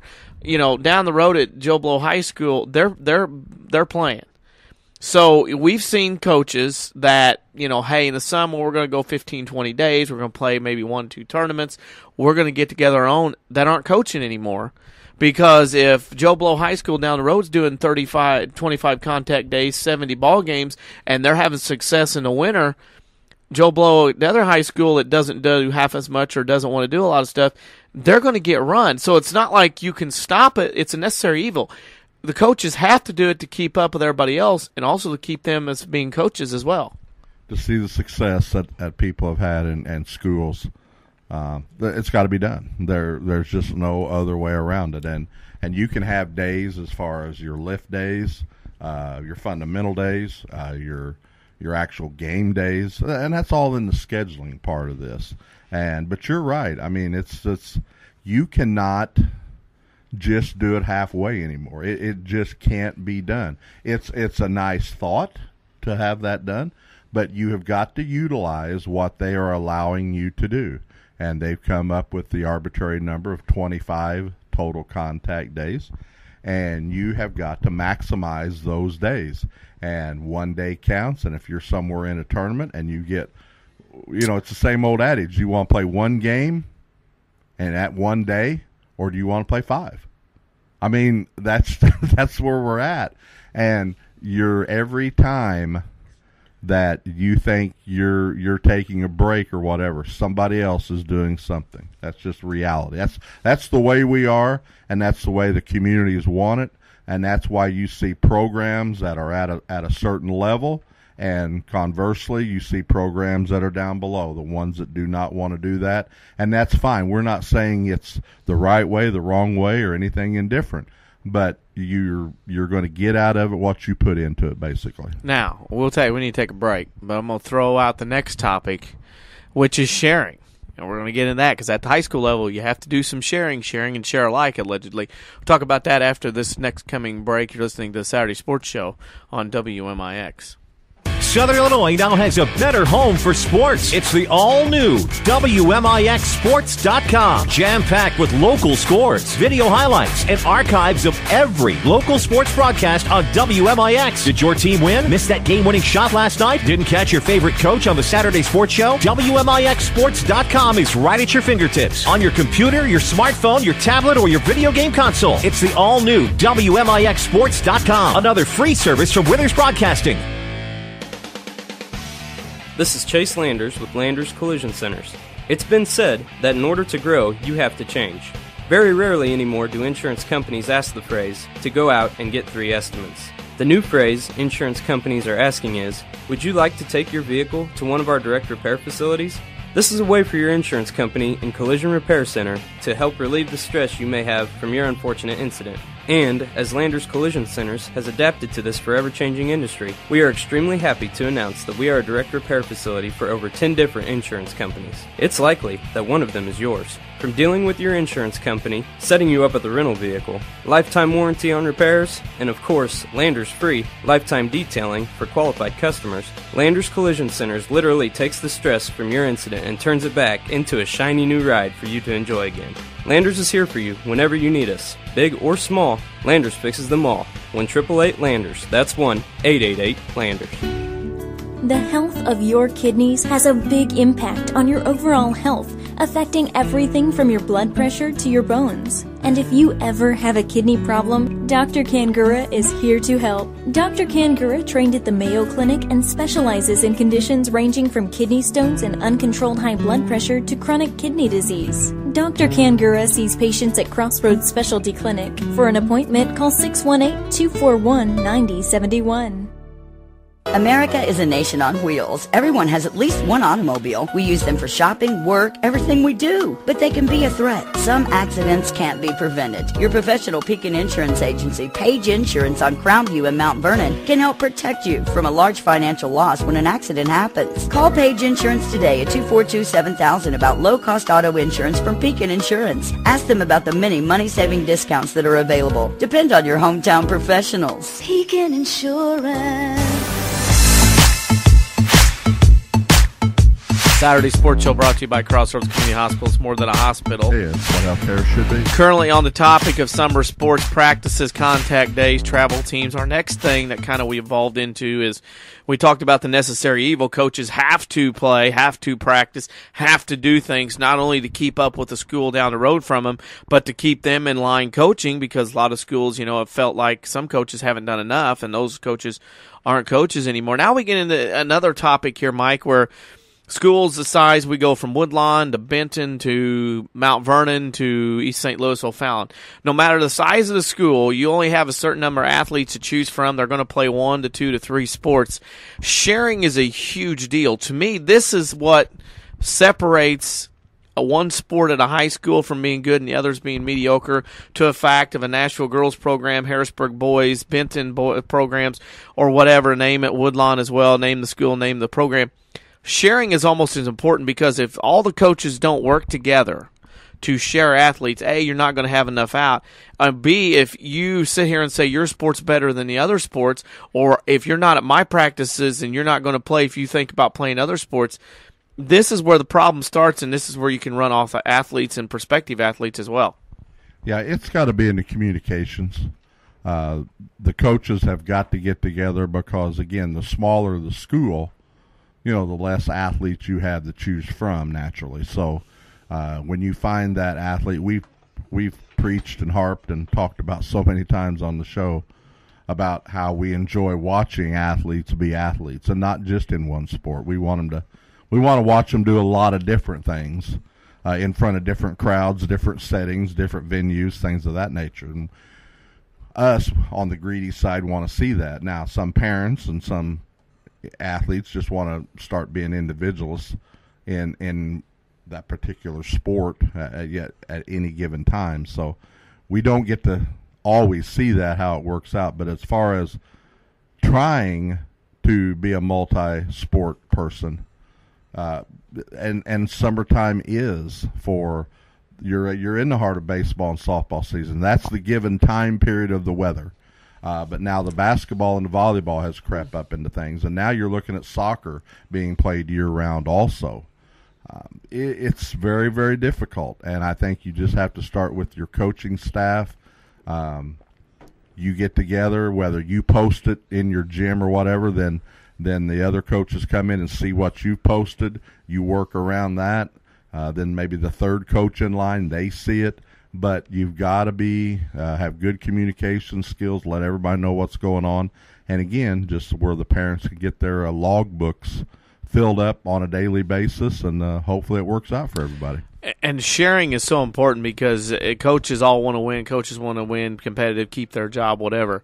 To me, those schools that don't share or one sport is more important than the others, that's where sports programs start getting chipped away and go downhill. Now, you throw in the fact that, and we mentioned this, travel teams, we've touched on it. To me, okay, I'll throw this out. If you're a Julius Randle, an Anthony Davis, if you're LeBron James, Robert Griffin III, I'm going through guys that, when you look at them, they're going Bryce Harper, they're going to be a baseball player. They're going to get a check for what they're going to do. You need to play one sport. I mean, you're LeBron James. You don't need to be out playing football, risking a career. Okay, whatever. The guys and gals that are truly one sport, Candace Parker comes to mind. You're going to get paid to do a sport. Okay, fine. You can play one sport. The problem I see is especially in the summer, and now starting to fill over in the high schools and has for a while now, is one athlete will want to play a sport, but don't want to play the other sports during the year because I want to travel because I'm working towards that one scholarship with one sport. To me, it takes away from all the high school other sports teams because your buddies may not be good enough to allegedly write a check or be on that team. You need to be playing with your buddies to play high school sports. To me, team sports should always come before travel teams. And that's what I've said multiple times. It's just I can't imagine being, and I'm just going to go ahead and throw it out, selfish. I just can't think of another word to say. That you would want to do that as an individual versus we always talk about the name on the front of our jerseys instead of the name that's on the back of them. What are we truly playing for? And I can't imagine a group of kids coming up to me and saying, well, we're going to miss the Rome tournament because some of us are going to go play in St. Louis, with our select team or whatever like that. I'm not sure how I would handle that situation, but that's when I think it really has an effect with coaches, also has an effect for the school itself, and there's a place and a time for that. If they want to try to do something on weekends, that could be done, but to not willingly want to play for your school, I don't care what time of year it is and what sport it is, you're going to that school, that's who you need to be playing for. Well, and then I just got a text. You owe your buddies who you've grown up with playing for the front of the jersey.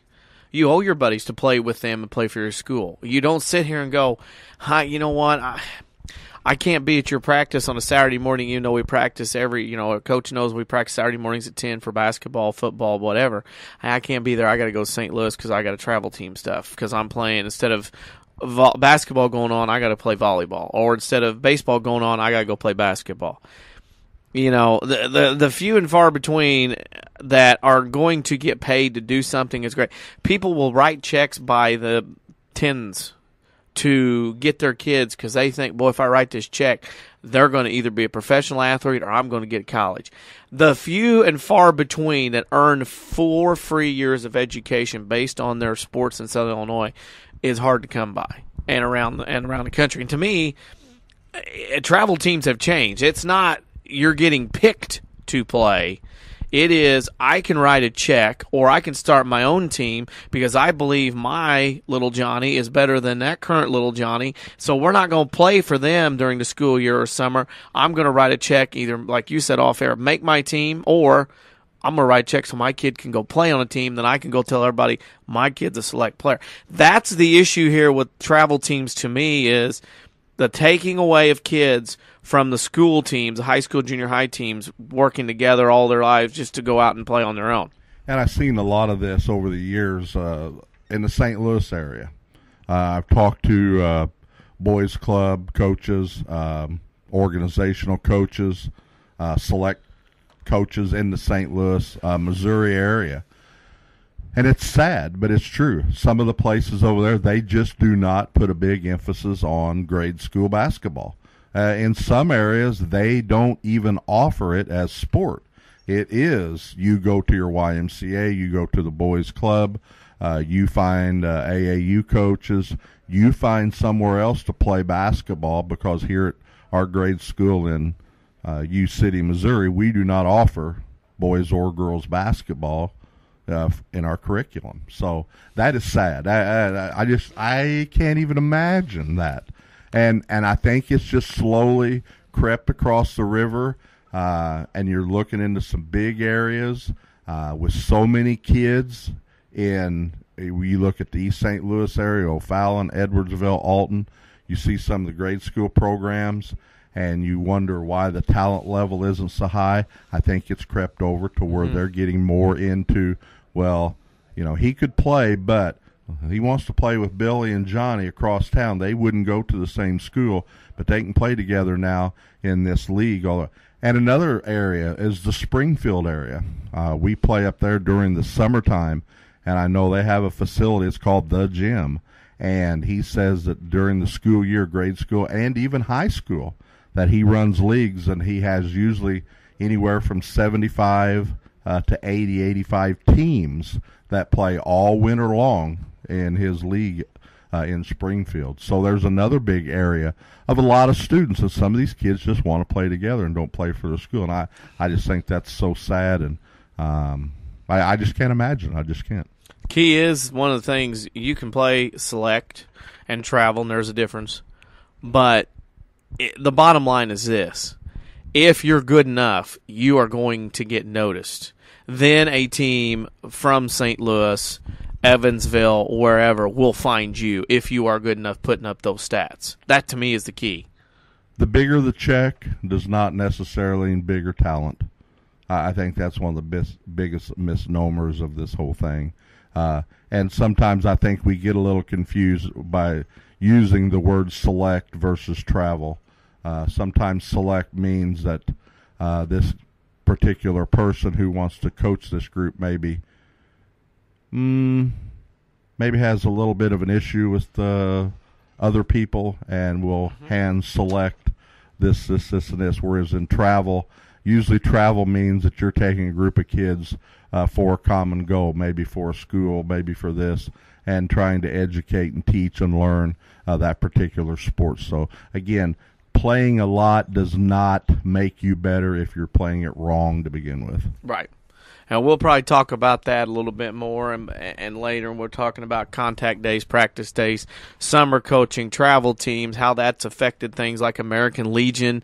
District play begins today. How, teams will play in the summer and they get the Legion time and tournament time, and it's like, I got to go play here with these teams now this weekend instead of that. And I'm sure we'll talk about it more as we go along. It's a very touched topic. It's a very dicey topic, but it's one that we'll talk about more often. Sometimes what can lead to selections and picked on is the All-Star Game in Major League Baseball. We need to take our final break. When we come back, Mike and I talk about the All-Star Game this Tuesday at Citi Field, home of the Mets. We'll talk about some of the ins and outs of what that game means and whether we agree or not.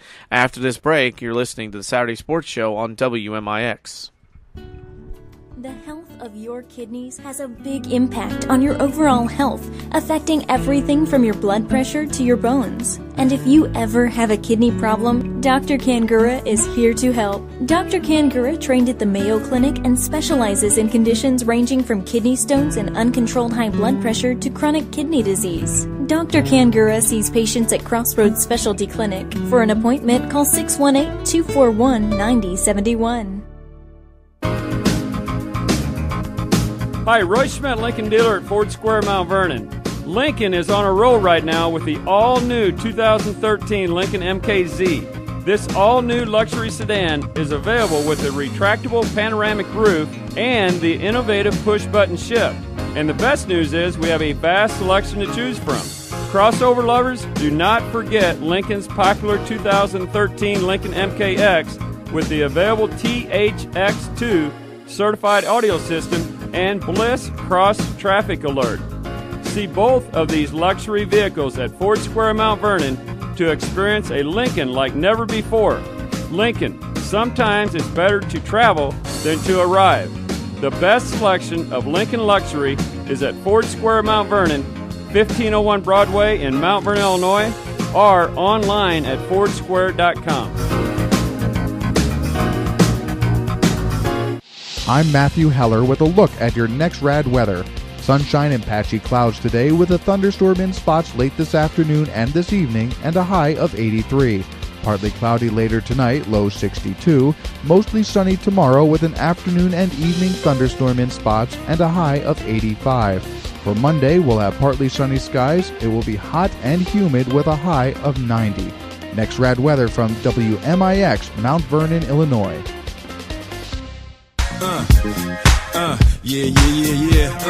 Miami. Saturday Sports Show brought to you by Crossroads Community Hospital. It's more than a hospital. It's what healthcare should be. Final segment. Danny Zorinsky and Mike Richardson alongside Avery Barton pushing the buttons. Chris Hugo on assignment. Remember, you can follow us on Twitter at WMIX Sports. You can also like us on Facebook, facebook.com/WMIX Sports. We also have our social media question of the week there waiting for you to post your answer, as well as like us. Another topic of interest, the All-Star Game this Tuesday, the Midsummer Classic. We'll get right to it as we only got about 5 minutes or so left in the final segment. Mike, to me, the most idiotic thing is to have an exhibition All-Star Game decide postseason home field advantage in the biggest event of your sport, the World Series. To me, it's just crazy to me. Yeah, I wouldn't want to put any emphasis on who has the best overall record during the season, especially when we've evolved with interleague play, and now we have finally a balanced number of teams in the league to where your schedule is going to be a little truer, depending on your division. Yeah, I want to let that reserve player from somebody make a big decision, whether a strikeout or a dropped fly ball or something, determine that that will be the team that will get to host the World Series and then have the home field advantage during the World Series. That's that important to me. Yeah, that's it. I look at it this way: if the NBA and the NHL and the NFL can play their regular season and figure out some rules and figure out ways where the team with the best record gets home field advantage during series and or games, there's no reason that baseball should step and join that group. I never understood after the tie game in Milwaukee in, I believe, 2002 or 2003, that we would be sitting here in 2013 waiting on an exhibition game to start. Now, aside from all that, the All-Star Game did not go without its controversy. They could have 100 spots on each team and not have everybody on for each side that allegedly deserves to make the All-Star team. Puig did not make the selection, nor did he get voted in. He's starting to struggle a little bit now, some injury, maybe some different things. Maybe lost that luster he had about a week ago to be in the All-Star Game. But again, in New York, it's going to get some press this year, being that's in New York. This is a time, the All-Star Game, a couple weeks before the trade deadline, a big event, and Major League Baseball does it right, having been to one now 4 years ago in St. Louis. Yeah, they are tremendous. And it should be the time to where you're wanting to highlight your stars. And don't get me wrong, there's nothing wrong about having some youth in this. I mean, it's a young man's game, but you still got to respect the game. You still got to give props to all the deserving players. That's where the coaches come in with the selection of the filling out the rosters and with the pitching staffs that they do. the one thing I know, I'm in the minority with this at times, when people say that they truly want to see the best players, I'm still big on having representation per team. I think it is the Major League Baseball. This is the sport, and regardless of how bad the team is, I think you need the one deserving player from some of them lower division teams. I've always liked that aspect of it. Do you truly have the best players out there in this All-Star game? No. Should the rosters be enlarged? Absolutely. They should make these rosters larger to accommodate those things. But they haven't, and we're worried about where this game's going to go in the finals. This game is going to determine a World Series. It's just amazing to me that you worry so much about that and you won't do the other things that would help this game immensely. And that'll be on Tuesday night in New York. Of course, you can listen to every St. Louis Cardinals game here on WMIX 94.1 FM, every Cardinal baseball game there as well. We want to thank our guests for being on the Saturday Sports Show this morning, all the way from Kerry Hammond to Tommy Williams to Chris Case to Mike McManus. Of course, we're on Facebook, facebook.com/WMIX Sports. You can follow us on Twitter at WMIX Sports. As we wind down, obviously, the July 13th, only got 2 more weekends in July left in our summer, so to speak. We do have some surprising things and some surprises coming up once we get into August. We won't go into it yet. Obviously, you can figure out that with football starting, I believe, on August 30th, if you work your way back, knowing the show the last few years, the 3 Saturdays before the first Friday night of football, we're going to dedicate to interviewing coaches and maybe some media members that cover high school football teams from the Black Diamond, South 7, and River to River Conference. That will go to 3 Saturdays leading up to the kickoff on August 30th. Another surprise, Mike, I don't want to give too much away, but we're looking forward to doing this one particular show coming up. It will be August 3rd. We won't tell you what we're doing, but we have an idea, I think, over in that last minute to talk. A pretty good idea, a pretty good fun show that we're talking about. We don't want to give too much away, but it'll be fun. Oh, it definitely will be fun for sure, and there'll be somebody at the Y trying to pry information out from me like they did with the social media question today. Mm-hmm. I'm telling you, you got to watch them. Hey, got to watch because a social media question does not get put out there until 8:08 or 8:10. It's just not going to happen, whether you're blood relative, friend, workout partner, whatever. You just can't let that kind of thing out. It's top secret knowledge here at WMIX Sports. There's time. There'll be time. They can check it out, see it. The first guest, it'll always be popped right then and there. It'll be on social media. But I'm telling you, I stuck to my guns. I just couldn't divulge anything to them, so I told them just stay tuned, and they said they would, so they got to hear it again today. The August 3rd show will not be about squirrel hunting, even though it does come in August 1st. I had a text come in. It's not about squirrel hunting. But it'll be an interesting topic because I'm sure it's one all high school sports fans are going to be passionate about. Just circular calendars for August 3rd. Here on the Saturday Sports Show on WMIX from 8:08 a.m. to 10 a.m. For Chris Hugo, who's away on assignment, Avery Barton pushing the buttons for Mike Richardson, I'm Danny Zerwinski. Enjoy your July weekend. NBC News starts now. Southern Illinois' home for news, talk, and America's best music. WMIX Mount Vernon, a free service from Withers Broadcasting.